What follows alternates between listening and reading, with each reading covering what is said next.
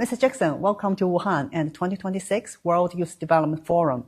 Thank you for joining Changjiang Dialogue on CICC. Pleasure. So we heard that you are interested in the hustle and bustle of a city, and Wuhan is full of it. You first came to China 33 years ago, and you started working here 2 months ago. So is there anywhere in Wuhan that you are most interested to visit? Oh, yes. You're right, Olivia. I love the hustle and the bustle and the energy. So I love markets, looking forward to checking out a market or two. I always think that the best way to meet people, culture, atmosphere is through the food. So I'm looking forward to trying the dry noodles for breakfast tomorrow. Hoping my wife and I are going to go out to a local restaurant tonight to have some food. So we will go and see a nice vegetarian restaurant, I think, here in Wuhan. Wow, you seems that you have a full bucket list. Absolutely. Did our research. Very good. Mm-hmm. And when you first came to China 33 years ago, what impression did young people leave on you? Now, after 2 months back here, talking to your young colleagues or other young people you've met, what feels most different? And has any particular moments really stays up with you? I came here in, as you say, 1993, 33 years ago. I came to China, went to Beijing, went to Xi'an. It was a fascinating moment. The opening up had been underway for 10, maybe 15 years, and you could already see China was on this incredible trajectory like this. And the broad highways in Beijing that are now full of state-of-the-art electric vehicles. Back then it was all bicycles, black bicycles. But it gave you still this sense of bustle, energy, determination amongst the young people then. The young people today, I think it's absolutely that same energy and determination. And that's very refreshing. It's great that Chinese youth have that sense of optimism. So we need that optimism of young people to create the world of tomorrow. Maybe you know that we have 5-year plan, yes, one after another. So I think maybe that's one of the reasons that Chinese people are more optimistic. I think so. China is excellent, as you say, at planning. What we don't pay enough attention to is that China is actually then excellent at implementing the plan. Around the world, I think there are no shortage of plans, but they're not always lived up to. And I think where China is exceptional is that it sets a goal and then it gets there.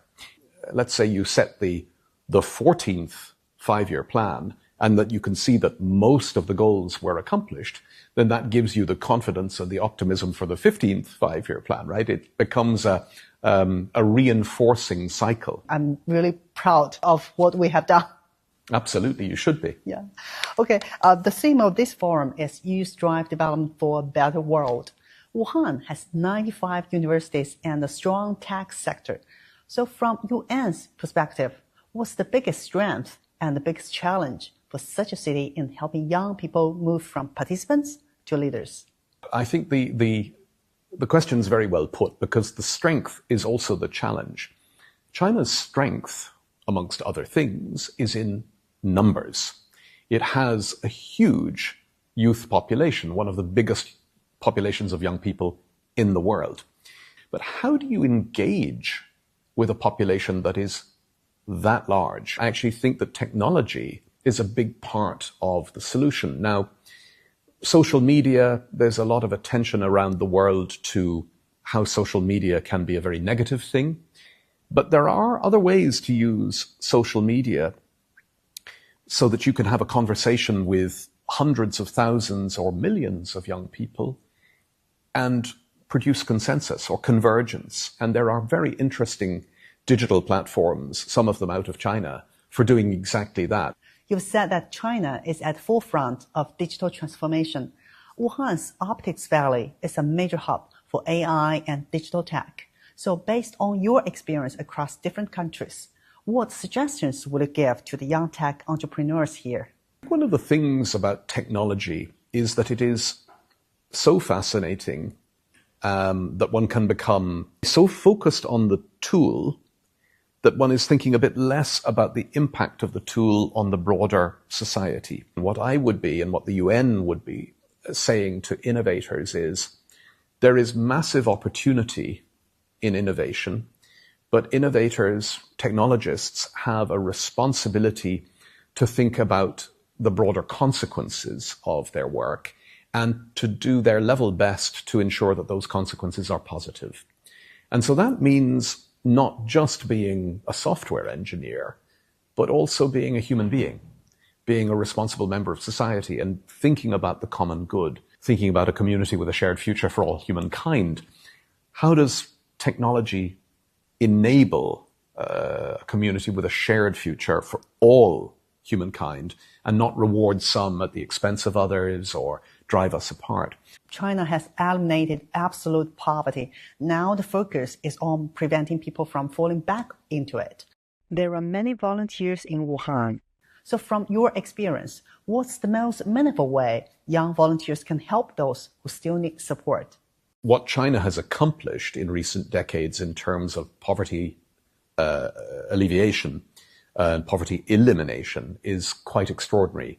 More than 800 million people lifted out of absolute poverty. But as the 15th Five-Year Plan recognizes, as Chinese leadership recognizes, there is always the danger that for individuals or for families that they can fall back into poverty. First thing is that sometimes people can fall back into poverty without anybody noticing. So volunteers can be the eyes and ears for that. Secondly, volunteers can then try to connect those people who've fallen into poverty again or who are at risk of falling. One of the ways in which people fall back into poverty in China, but also around the world, is a sudden, unexpected medical emergency. Volunteers can help to identify the healthcare that's needed, perhaps at lower cost. I know that you've worked extensively across Africa, and you've just started your role in China. Wuhan has a strong ties with Africa and has hosted several China-Africa Innovation Cooperation and Development Forum. So with your deep experience in Africa and your fresh perspective on China, what's the one thing you think Chinese and African youth should work on together right now? Africa is a huge continent of 54 different countries, and all of them at different levels of development. We are probably used to seeing on the TV screen or on social media images of war, of hunger, of natural disasters. But did you know that 12 of the 20 fastest growing economies in the world are in Africa? So actually, there's another Africa that is growing just as fast now as China has done over the last 30 years. The country that I came from, Kenya, it still does suffer from natural disasters, and there is still a lot of poverty, but it's also the high-tech headquarters for the African continent. Silicon Savannah, we call it, with Startup City. So I think there would be lots of opportunity actually for young entrepreneurs in Wuhan to partner with their counterparts in a country like Kenya and to devise development solutions together. Wuhan is a UNESCO city of design where engineering meets creativity. And you are someone who went from math to anthropology, science and humanity. So with that mix in mind, how would you advise young creatives to balance inspiration with the practical side of running a business? I started off as a maths physicist, computer scientist, and I made my way all the way over to anthropology, international relations, international development. Maybe it's a little bit arrogant, but I think that that's a good journey to have made. I think have a healthy sense that technologists need to understand society in order to make the world a better place. So you also asked about business. The interesting thing is that you can make money out of making change. You can do well out of doing good. There is, in other words, a way to make a good living, a good salary, and profit for your company by devising solutions that are positive towards that community with a shared future for all mankind.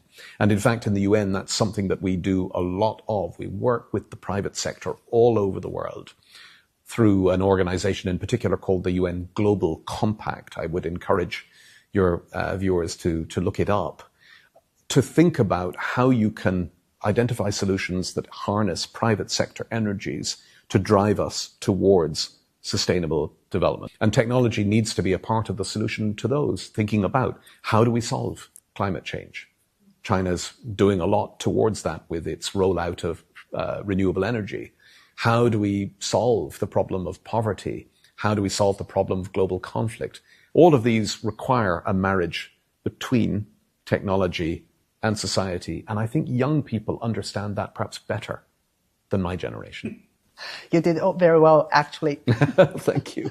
Thank you very much for your sharing and very good insights. Really a great pleasure. It's really my pleasure. Thank you. Thank you. Thank you very much.